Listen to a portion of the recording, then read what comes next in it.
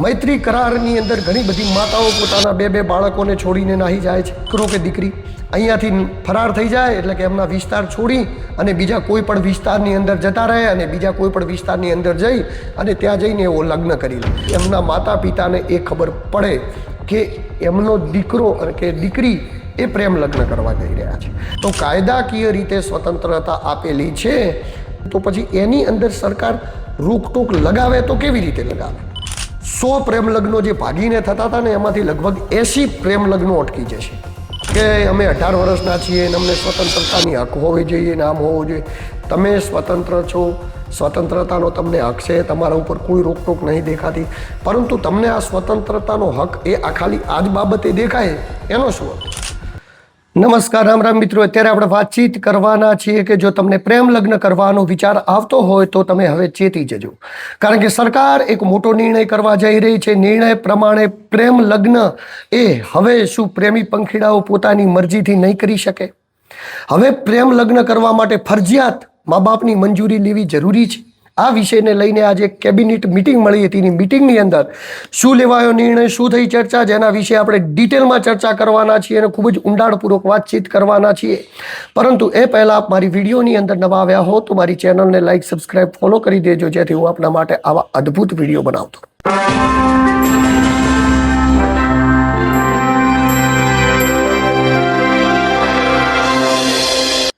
મિત્રો, વાતચીત કરવી છે કે ગુજરાતમાં છેલ્લા લાંબા સમયથી ખૂબ જ એક મુદ્દો ચર્ચામાં રહ્યો, જે મુદ્દો હતો પ્રેમ લગ્ન અને મૈત્રી કરાર. મૈત્રી કરારની અંદર ઘણી બધી માતાઓ પોતાના બે બાળકોને છોડીને નાહી જાય છે, એક બાળકને મૂકીને નાહી જાય છે. પ્રેમ વિવાહમાં ઘણી બધી દીકરીઓ એ પોતાના મા બાપ રડતા રહે છે, પોતાના મા બાપ એમની આગળ પાઘડીઓ ઉતારતા રહે છે, બેટા તું પાછી આવી જા, પણ કે હું તમને ઓળખતી નથી, આવું કહીને જતી રહે. તો સતત લોકો અને જનતાની અંદર એક વાતચીત હતી કે પ્રેમ લગ્ન અને મૈત્રી કરાર ઉપર કોઈ નિર્ણય એવો કરવામાં આવે કે જે નિર્ણયને લઈ અને એકદમ સમાજની અંદર સુધારો આવી શકે. તો આ બાબતે ઘણા સમયથી ચર્ચા વિચારણાઓ ચાલતી હતી. ચર્ચા વિચારણાઓની અંદર ઘણા બધા સમાજના આગેવાનો એ પ્રેમ લગ્ન ઉપર રોક લગાવવાના મામલે વારંવાર સરકાર જોડે વાતચીત કરતા હતા, જેમાં ઘણા બધા સમાજના આગેવાનો આવી ગયા. ત્યારબાદ આપણે જોયું કે કિંજલ દવેનો આંતરજ્ઞાતીય લગ્ન, એના પછી આરતીબેન સંઘાણીના આંતરજ્ઞાતીય લગ્નના લીધે આ મુદ્દો સતત ઉઠતો રહ્યો. ત્યારબાદ વાતચીત કરી, અવારનવાર સમાજની અંદર ક્યાંક ને ક્યાંક ઘટનાઓ બનતી હોય છે કે બે દીકરાની માં કોઈકને લઈને જતી રહી, બે દીકરાનો બાપ કોઈને લઈને જતો રહ્યો, કોઈની દીકરી જતી રહી, કોઈનો દીકરો જતો રહ્યો, અને પ્રેમ લગ્ન કરી લે એટલે પછી એમને કંઈ ન કરી શકે. એમના મા બાપ કંઈક કહેવા જાય, સમજાવવા જાય તો એમના વિરુદ્ધ ફરિયાદ દાખલ થાય અને કોર્ટની અંદર પોલીસ એમને પ્રોટેક્શન સાથે કરી મૂકી જતી. આ બધી ચર્ચાઓ ગુજરાતમાં ચાલતી હતી, સમાજની અંદર ચાલતી હતી. પરંતુ હવે જે નિર્ણય લેવા જઈ રહ્યા છે, નિર્ણય શું છે? આ બાબતે સરકારને વિવિધ પ્રકારની અરજીઓ થતી હતી અને જે અરજીઓ થતી હતી એ મામલે સરકાર ક્યાંક ને ક્યાંક નિર્ણય કરવાનું વિચારી રહી હતી. પરંતુ લાંબા સમય બાદ આજે એક બેઠક મળી હતી અને બેઠકની અંદર શું નિર્ણય થયો એ પણ હું તમને સંભળાવી દઉં. પરંતુ એ પહેલા તમે સાંભળી લો કે જીતુભાઈ વાઘાણીએ શું કહ્યું.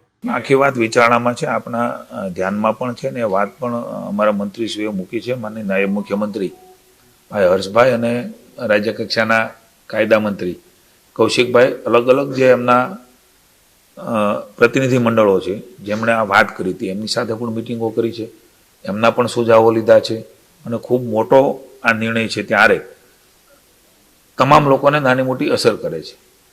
એટલે બધા જ પાસાઓ ધ્યાનમાં રાખીને ભવિષ્યની અંદર એ દિશામાં નિર્ણય થાય એમના માટેની અત્યારે સરકારમાં ચર્ચાઓ ચાલી છે. નિર્ણય થઈ આપને ચોક્કસ કહીશું. તો મિત્રો, તમે સાંભળ્યું, એ કહી રહ્યા હતા કે ટૂંક જ સમયની અંદર આ બાબતે નિર્ણય કરવામાં આવશે. તો એ બાબતે નિર્ણય કરી દેવામાં આવ્યો છે. આ બાબતે આજે મળેલી કેબિનેટની અંદર એવી ચર્ચા થઈ છે કે આપણે પ્રેમ લગ્ન અને મૈત્રી કરાર ઉપર એક પ્રકારનું બંધારણ અને કાયદો બનાવવો છે. તો એ કેવી રીતે બનાવવો, જેના માટે કરીને મોટા મોટા ધારાશાસ્ત્રીઓથી લઈ અને મોટા મોટા લોકોની એક ટીમ બનાવવામાં આવી છે અને ટીમ આ વસ્તુને લઈને હેન્ડલિંગ કરશે કે આમાં કયા કયા નિયમો હોવા જોઈએ. તો પહેલો નિયમ એ કરવામાં આવ્યો છે કે કોઈ પણ દીકરી કે દીકરો એ પોતાના તાલુકાની હદ બહાર લગ્ન ન કરી શકે. એટલે કે આજ દિવસ સુધી કેવું થતું હતું કે કોઈ પણ દીકરો કે દીકરી અહીંયાથી ફરાર થઈ જાય એટલે કે એમના વિસ્તાર છોડી અને બીજા કોઈ પણ વિસ્તારની અંદર જતા રહે અને બીજા કોઈ પણ વિસ્તારની અંદર જઈ અને ત્યાં જઈને એવો લગ્ન કરી લે. લગ્ન કરી લે એટલે એમના વિસ્તારની અંદર લગ્ન કર્યા ના હોય. ધારો કે હું રહેવાસી છું અત્યારે કાંકરેજ તાલુકાનો, હું જતો રહું અહીંયાથી અમદાવાદ જઈને હું લગ્ન કરી લઉં એટલે અમદાવાદમાં મને કોઈ ઓળખતું ના હોય. એટલે પહેલો નિર્ણય એ કરવામાં આવ્યો છે કે કોઈ પણ વ્યક્તિ, દીકરો કે દીકરી એને લગ્ન કરવા હશે તો લગ્નની નોંધણી પોતાના તાલુકા મથકે થશે. નંબર 1. ત્યારબાદ બીજો નિર્ણય એ કરવામાં આવ્યો છે કે જે આ રીતે લગ્ન એ જગ્યાએ થશે એ હવે પહેલાં કેવું હતું કે તલાટી લગ્ન કરાવી લેતા. એટલે કે કોઈ પણ ગામના તલાટી અથવા તો કોઈ પણ ગામના તલાટીને પકડો, તમે એક વકીલને પકડો, એક પંડિતને પકડો એટલે તમારા લગ્ન થઈ ગયા. હવે તમે જે તલાટી છે તલાટી જોડે ખાલી અરજી કરી શકશો. તલાટી એના ઉચ્ચ અધિકારી એટલે કે ક્લાસ 2 અધિકારીને અરજી મોકલશે અને એ અરજી મોકલાયા બાદ તાત્કાલિક જે મેરેજ પ્રેમ લગ્ન રજિસ્ટર્ડ થઈ જતા એ હવે રજિસ્ટર્ડ નહીં થાય. એના માટે 2 કે 3 મહિનાનો સમય લેવામાં આવશે, જે હજી સમયગાળો ફિક્સ નથી થયો, જેની અંદર 1 મહિનાથી લઈને 6 મહિનાના સમયગાળાની વાતચીત થઈ રહી છે. પરંતુ અંદાજિત એવું માનીએ તો 1 થી 2 મહિનાનો સમયગાળો એ ફિક્સ કરવામાં આવશે અને જે 1 થી 2 મહિનાનો સમયગાળો જે ફિક્સ કરવામાં આવશે એ સમયગાળાની અંદર એમના મા બાપને નોટિસ જશે. એટલે કે જે પણ દીકરો કે દીકરી એટલે કે જે છોકરો કે છોકરી લગ્ન કરવા માટે આવશે એમના એડ્રેસ પ્રમાણે એમના મધર ફાધરને નોટિસ જશે અને નોટિસ એમને મોકલવામાં આવશે. એટલે કે નોટિસના માધ્યમથી એમના માતા પિતાને એ ખબર પડે કે એમનો દીકરો કે દીકરી એ પ્રેમ લગ્ન કરવા જઈ રહ્યા છે. હવે મિત્રો આમાં મુખ્યત્વે વાતચીત એ આવી કે નોટિસ તો મોકલી દીધી. નોટિસ મોકલ્યા પછી શું મા બાપની મરજી હશે તો જ લગ્ન કરી શકશે કે નહીં કરી શકે? હવે આમાં કાયદાકીય આટાકૂંટી અને કેવી છે હું તમને કહું.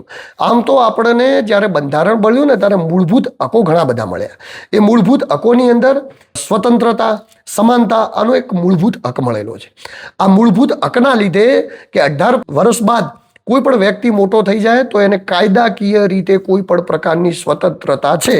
કાયદાકીય રીતે કાયદાની બહારનું કામ કરવાની કોઈ સ્વતંત્રતા નથી. તો મેરેજ કરવા, લવ મેરેજ કરવા એ કાયદાકીય રીતે તો એમાં સ્વતંત્રતા આપેલી છે. તો કાયદાકીય રીતે સ્વતંત્રતા આપેલી છે તો પછી એની અંદર સરકાર રોકટોક લગાવે તો કેવી રીતે લગાવે? એ કાયદો પાસ કરે તો કેવી રીતે? કારણ કે જે મૂળભૂત અધિકાર છે એ મૂળભૂત અધિકાર ક્યારે બદલાવવાનો નથી. એ તો તમને મૂળભૂત, જેમ કે આપણે જન્મથી કોઈ પણ વસ્તુ આપણને મળી હોય એમ મૂળભૂત અધિકાર એટલે એ તમને તમારા જન્મથી જ મળી જાય છે.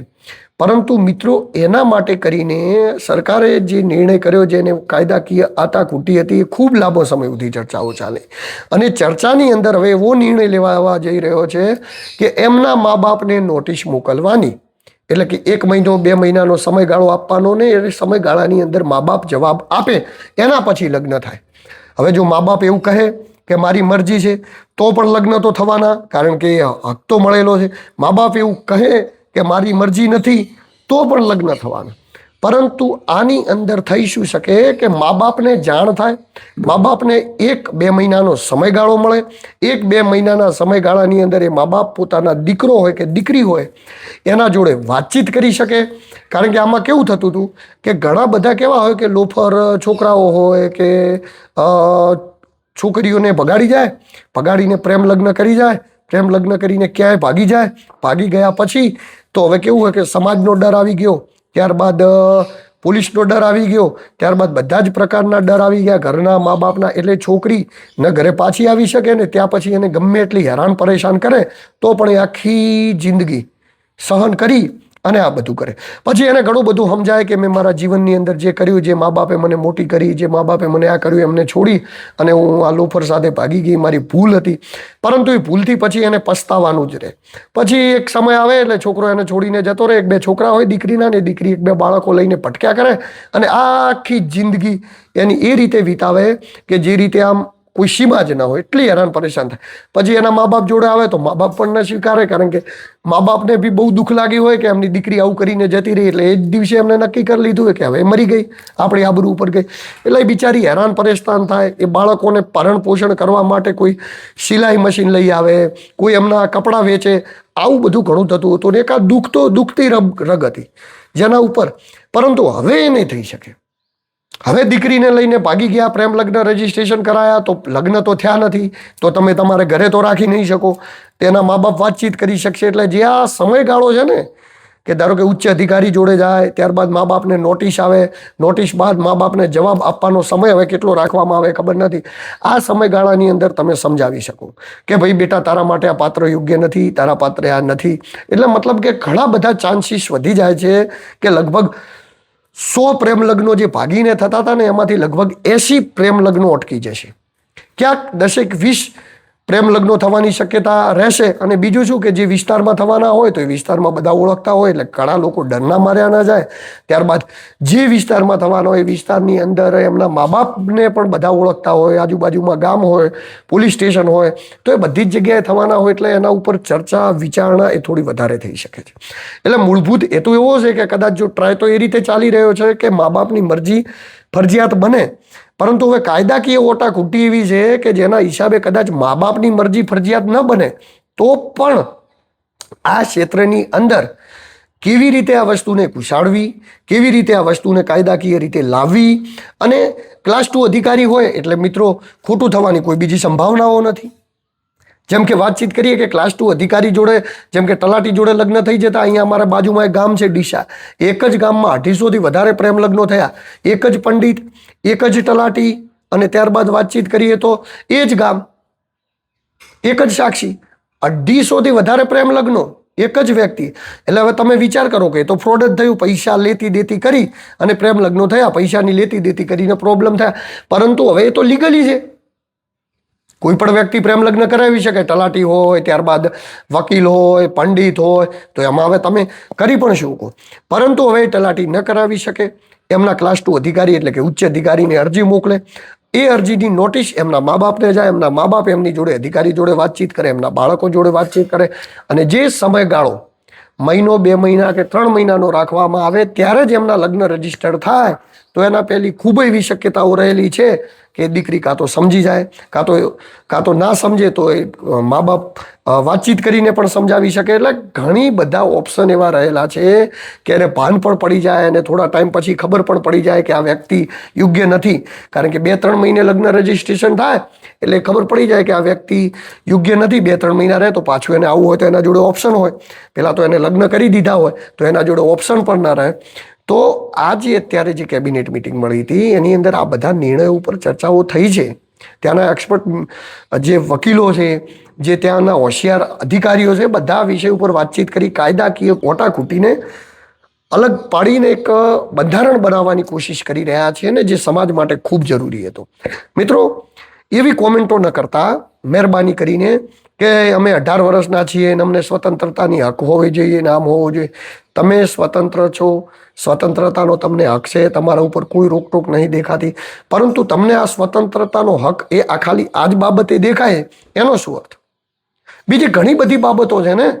તમે કોઈ સેવાકીય કાર્ય કરો, તમે કોઈને હેલ્પફુલ થાવ, તમે કોઈ સમાજની અંદર નોકરી માટે આગળ વધો, કોઈ વ્યવસ્થિત જગ્યાએ જાઓ, તો તમને એવી બાબતોની અંદર કોણ રોકે છે? એવી બાબતે કોણ તમારી સ્વતંત્રતા છીનવે છે? બસ ખાલી એક પ્રેમ લગ્ન બાબતે જ કેમ અમને સ્વતંત્રતા હોવી જોઈએ. તમને ખબર છે, જ્યારે તમે પ્રેમ લગ્ન તો કરી લેશો, આજે તમે પ્રેમ લગ્ન કરી લેશો, મારી વાત બહુ ધ્યાનથી સાંભળવા જેવી છે. આજે તમે પ્રેમ લગ્ન કરી તમારા મા બાપને દુઃખી કરીને ભાગી જશો, અને ભાગી ગયા પછી તમે પ્રેમ લગ્ન કરી અને જ્યાં રહેતા હશો ત્યાં તમારા બાળકો થશે, અને તમારા બાળકો કોઈ ખારે પ્રેમ લગ્ન કરીને ભાગી જશે તો ત્યારે તમને શું વીતે?